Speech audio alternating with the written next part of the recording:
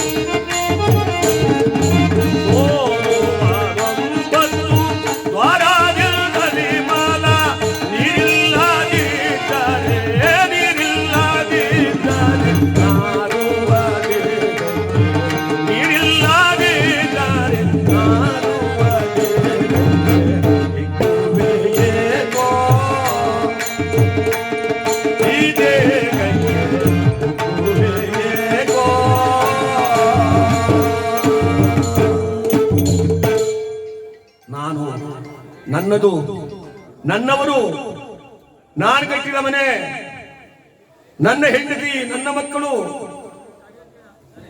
ಯಾಕಪ್ಪ ಇರ್ತೀಯ?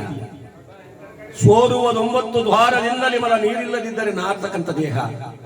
ಒಂದು ಗಳಿಗೆ ನೀರು ಹಾಕಲಿಲ್ಲ ಅಂದ್ರೆ ಒಂದು ದಿವಸ ನೀರು ಹಾಕಿದವ ಮುಗಿದೋಯ್ತು, ಗತಗತ ಅಂತ ನಾರ್ತಕ್ಕಂಥ ದೇಹ. ಸತಿಪತಿಗಳು ಕೂಡಿ ರತಿ ಕ್ರೀಡನಾಡ್ತಂಥ ಈ ಪ್ರತಿಭೆ ದೇಹ, ಅಂತಹ ದೇಹಕ್ಕೆ ನೀನು ಹಿಗ್ಗಬೇಡ ಅಂತ ಹೇಳ್ತಾರೆ ದೊಡ್ಡವರು. ಅಂತಹ ದೇಹವನ್ನು ತ್ಯಜಿಸಿ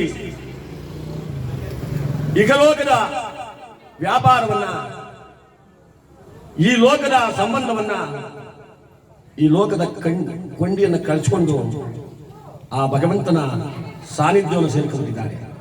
ಯಾರೋ ನಮ್ಮ ಶ್ರೀಮಾನ್ ಕೆಂಪಯ್ಯನವರು ನಾರಸಿಗೌಡರ ಸುಪುತ್ರರಾಗಿ ಜನಿಸಿ ಈ ಊರಿನಲ್ಲಿ ಬಾಳಿ ಬದುಕಿ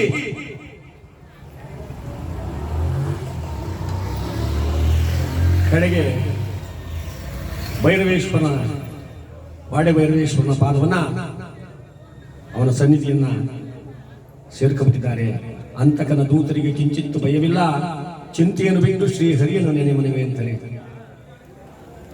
ಯಮರಾಯನಿಗೆ ಸ್ವಲ್ಪವೂ ಚಿಂತೆ ಇಲ್ಲ, ಬೇಸರನೂ ಇಲ್ಲ, ಅವನಿಗೆ ಕರುಣೆ ಅಂತಕ್ಕಂಥದ್ದು ಇಲ್ಲವೇ ಇಲ್ಲ. ಅದಕ್ಕೆ ಹೇಳ್ತಾರೆ